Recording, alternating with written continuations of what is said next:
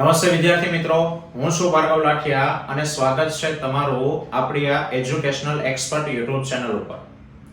મિત્રો, આપણી આ સિરીઝ ચાલે છે ધોરણ 10 વિષય વિજ્ઞાન અને ટેકનોલોજીમાં ચેપ્ટર 1 રાસાયણિક પ્રક્રિયા અને સમીકરણ, જેના ઓલરેડી 3 ભાગ આગળ છે તે આવી ગયેલા છે. જો તમે એને ન જોયા હોય તો નીચે ડિસ્ક્રિપ્શનમાં લિંક છે તે આપેલી છે અને ત્યાં જઈને તમે એને જોઈ શકો છો. ચલો, આજે મિત્રો આપણે શરૂ કરવાના છે રાસાયણિક પ્રક્રિયા અને તેના પ્રકારો. તો રાસાયણિક પ્રક્રિયાઓ ઘણા બધા પ્રકારની છે, પણ આપણે એને સ્ટેપ બાય સ્ટેપ એક એક પ્રકાર આપણે જોવાના છે. તો આજે આપણે જે જોવાના છે એ છે સંયોગીકરણ પ્રક્રિયા.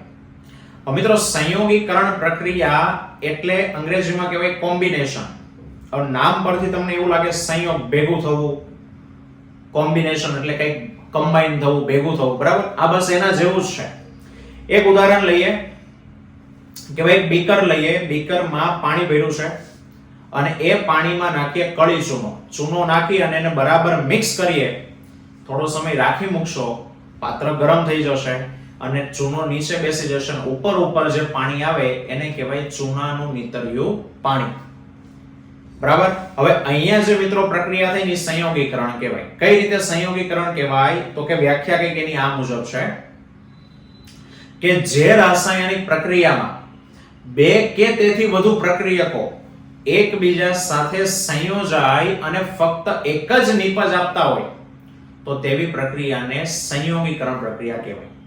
એટલે કે મિત્ર, પ્રક્રિયામાં પ્રક્રિયકો બે કે તેથી વધુ હોઈ શકે પણ નિપજ એક જ બનતી હોય. તમે અહીંયા જોઈ શકો છો કે આપણે લીધો ચૂનો CaO, એમાં નાખ્યું પાણી પ્લસ H2O, તો પ્રક્રિયા થઈને નિપજ એક જ બની CaOH ટ્વાઇસ ચૂનાનું નીતર્યું પાણી અને ઉષ્મા છે તે છૂટી પડી, બરાબર? તો આ પ્રક્રિયા એને સંયોગીકરણ કહેવાય. હવે કોઈ કહે છે સાહેબ અહીંયા તો બે નિપજ છે, પણ મિત્રો ઉષ્મા એ પદાર્થ નથી, એક ઊર્જા છે. પદાર્થ તો એક જ બન્યો અને એટલે આને સંયોગીકરણ કહેવાય. બીજું ઉદાહરણ આપીએ, કોલસાનું સળગવું. કોલસો એટલે કાર્બન છે, એમાં સળગે ઓક્સિજનની હાજરીમાં એટલે CO2 છૂટો પડે, તો C+O2 it gives CO2, બરાબર? બીજું છે પાણીનું બનવું, H2+O2 it gives H2O. હજુ એક મિત્રો સમીકરણ તમે કોમેન્ટની અંદર જણાવો કે ભાઈ સંયોગીકરણનું કોઈ એક ઉદાહરણ તમને આવડતું હોય એવું. અને એક ઉદાહરણ હજુ હું તમને આપું, મેગ્નેશિયમની પટ્ટીનું સળગવું, બરાબર? Mg+O2 it gives MgO. તો મિત્રો, જો સંયોગીકરણ એક્ઝામમાં તમને પૂછે તો આટલી માહિતી એમાં છે તે લખવાની, ઓછામાં ઓછા 2 ઉદાહરણો લખવા પડે. ચલો, હવે આગળ વધીએ કે સાહેબ પહેલું જે સમીકરણ આપણે લખ્યું CaO+H2O it gives CaOH twice, આમાં જે પાણી બન્યું ચૂનાનું નીતર્યું પાણી, એ ચૂનાનું નીતર્યું પાણી દિવાલને ઘોળવા માટે વપરાય.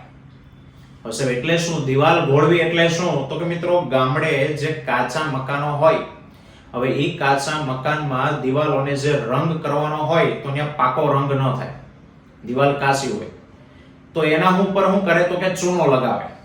કેવી રીતે ચૂનો લગાવે? તો પહેલી પ્રોસેસ કે કુંડી બનાવે, પાણી નાખે અને ચૂનો નાખે, બરાબર મિક્સ કરે, થોડો સમય થાય, ચૂનો નીચે બેસી જાય, ઉપર છે પાણી, એ ચૂનાનું નીતર્યું પાણી, જે આપણી પહેલી સમીકરણ હતી એ પ્રોસેસ થઈ. CaO+H2O it gives CaOH twice plus ઉષ્મા. હવે મિત્રો શું કરશે, જે ઉપરથી જે પાણી આવ્યું છે એ પાણીને એક અલગ પાત્રમાં લેશે અને અલગ પાત્રમાં લઈ અને એમાં બ્રશ નાખી અને એને દિવાલ ઉપર છે તે લગાડશે. હવે દિવાલ ઉપર તો પાણી લગાડે છે, બરાબર? પણ એ જ પાણી દિવાલ ભીની કરશે, પણ 2 દિવસ 3 દિવસ પછી તમે જોશો તો દિવાલ એકદમ ચમકતી સફેદ રંગની થઈ જશે, બરાબર? દૂધ જેવો સફેદ રંગ, દૂધિયા રંગનો પદાર્થ છે તે બને છે અને જેના કારણે દિવાલ છે તે સફેદ રંગની થઈ ગઈ. મિત્રો, અહીંયા એક બીજી પ્રક્રિયા થઈ. શું પ્રક્રિયા થઈ? તો કે CaOH ટ્વાઇસ, એને તમે દિવાલ ઉપર લગાડ્યું એટલે વાતાવરણમાં CO2 છે, એ કાર્બન ડાયોક્સાઇડે એની હારે રિએક્શન કરી અને નવો પદાર્થ બનાવ્યો CaCO3, ચૂનાનો પથ્થર, અને પાણી. દિવાલ ઉપર રહેલું પાણી તો સુકાઈને ઉડી જવાનું છે, એટલે CaCO3 પાણીમાં ઓગળતો નથી, તો અહીંયા મિત્રો દિવાલ પર ચોંટેલો છે તે રહેશે અને જેના કારણે દિવાલ છે તે ઉઘડે. તો મિત્રો, આ પણ એક જાણવા જેવામાં આપેલો છે ચોપડીની અંદર.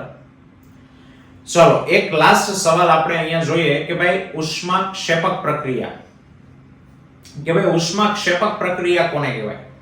તો તો મિત્રો જે રાસાયણિક પ્રક્રિયામાં નિપજની સાથે ઉષ્મા છૂટી પડતી હોય, પ્રક્રિયા થાય, નિપજ બને અને એ નિપજની આરે ઉષ્મા મુક્ત થાય તો એવી પ્રક્રિયાને ઉષ્માક્ષેપક પ્રક્રિયા કહેવાય. તો આપણા ઉદાહરણમાં જે પહેલું સમીકરણ છે એ ઉષ્માક્ષેપક કહી શકાય. કેમ? તો કે CaO + H2O અને ચૂનાનું નીતર્યું પાણી બન્યું તો સાથે સાથે ઉષ્મા છૂટી પડી. બરાબર. બીજું ઉદાહરણ છે કોલસાનું સળગવું. કારણ કે કોલસો સળગે ત્યારે ઊર્જા છૂટી પડે તો C + O2 it gives CO2 plus ઉષ્મા લખવાની અહીંયા. ત્રીજું છે કુદરતી વાયુનું સળગવું. મિત્રો કુદરતી વાયુ એટલે મિથેન CH4. જ્યારે મિથેન સળગે એટલે એ પણ ઓક્સિજનની હાજરીમાં પ્રક્રિયા કરે તો CH4 + O2 it gives CO2 પાણી છૂટું પડે અને ઊર્જા છૂટી પડે. બરાબર. અને વનસ્પતિજ પદાર્થોનું વિઘટન થઈ અને ખાતર બનવું. કે જે કોઈ પણ વસ્તુ સડી જતી એવી હોય, જ્યારે સડી જાય ત્યારે એમાંથી ખાતર બને, એ પ્રક્રિયા પણ ઉષ્માક્ષેપક છે. અને પાંચમું એનું ઉદાહરણ કે શ્વસન. શ્વસનને પણ ઉષ્માક્ષેપક પ્રક્રિયા કહેવાય. તો મિત્રો જો તમને ઉષ્માક્ષેપક પ્રક્રિયા વિશે પૂછે તો આટલી માહિતી એમાં લખવાની. ચલો, અને એક લાસ્ટ જે છેલ્લી વાત કરી, ભાઈ શ્વસનને ઉષ્માક્ષેપક શું કામ કહેવાય? 2 માર્ક્સનો મોસ્ટ આઈએમપી સવાલ. તો મિત્રો શ્વસન અને શ્વાસોશ્વાસ બે વસ્તુ અલગ અલગ છે. શ્વાસોશ્વાસ એટલે ઓક્સિજન યુક્ત હવા લેવી, શરીરમાંથી કાર્બન ડાયોક્સાઇડ યુક્ત હવા બહાર કાઢવી, એને શ્વાસોશ્વાસ કહેવાય. એને શ્વસન તમે ચેપ્ટર 5 માં ભણીને આવ્યા કે જે ગ્લુકોઝ શરીરની અંદર ઓક્સિજનની હાજરી કે ગેરહાજરીમાં તૂટે, વિઘટન થઈ અને એમાંથી ઊર્જા છૂટી પડે, એ પ્રક્રિયાને શું કહેવાય? શ્વસન. અને એ શ્વસન ઉષ્માક્ષેપક શું કામ છે? તો ચાલો સાંભળજો. કે દરેક સજીવોને જીવવા માટે ઊર્જા જોઈએ. બરાબર. દરેક સજીવ જીવે છે, કાર્ય કરે, કાર્ય કરવા માટે શેની જરૂર પડે? ઊર્જાની. હવે તમે મને કહો, બોલો આ ઊર્જા શેમાંથી મળવાની છે? સરસ, ખોરાકમાંથી મળે આ ઊર્જા. આપણે જે ખોરાક મોંમાં મૂકીએ છીએ, શરીરમાં દાખલ થાય, આપણું શરીર તેનું વિઘટન કરી વધુ ને વધુ નાના પદાર્થોમાં રૂપાંતર કરે. હવે સાહેબ ખોરાકમાંથી આપણને 5 વસ્તુ મળે: કાર્બોદિત, પ્રોટીન, ચરબી, વિટામિન અને ક્ષાર.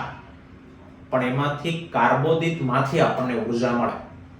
અને આ કાર્બોદિત મળે ભાત, બ્રેડ, બટાટા, શેરડી વગેરે જેવી વસ્તુમાંથી. તો જ્યારે આપણે ભાત, બ્રેડ, બટાટા જેવી વસ્તુઓ ખાઈએ છીએ ત્યારે આપણા શરીરમાં કાર્બોદિત આવે. હવે એ કાર્બોદિતનું આપણા શરીરમાં પાચન થઈ નાનો ઘટક બની, નાનો ઘટક એટલે ગ્લુકોઝ. બરાબર.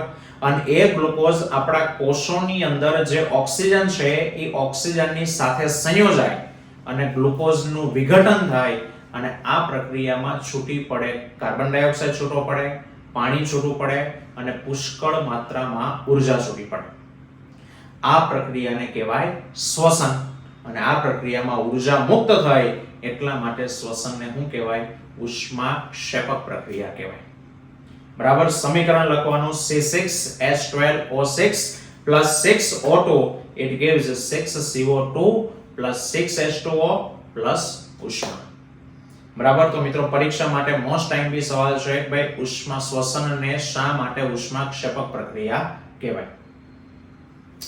તો મિત્રો આ હતો આજનો આપણો આ ટોપિક. જો તમને આ વિડિયો ગમ્યો હોય તો લાઈક કરો, શેર કરો અને હજુ સુધી અમારી ચેનલને સબસ્ક્રાઇબ ન કરી હોય તો ચેનલને સબસ્ક્રાઇબ છે તે કરો અને મોકલો તમારા બીજા મિત્રો સુધી વિડિયો કે જેને પણ ચેપ્ટર 1 રાસાયણિક પ્રક્રિયામાં જો તકલીફ હોય, ન સમજાતું હોય તો વિડિયો એને પણ શેર કરો. આવતા વિડિયોમાં ફરી પાછા મળીશું. ત્યાં સુધી જય હિન્દ, જય ભારત.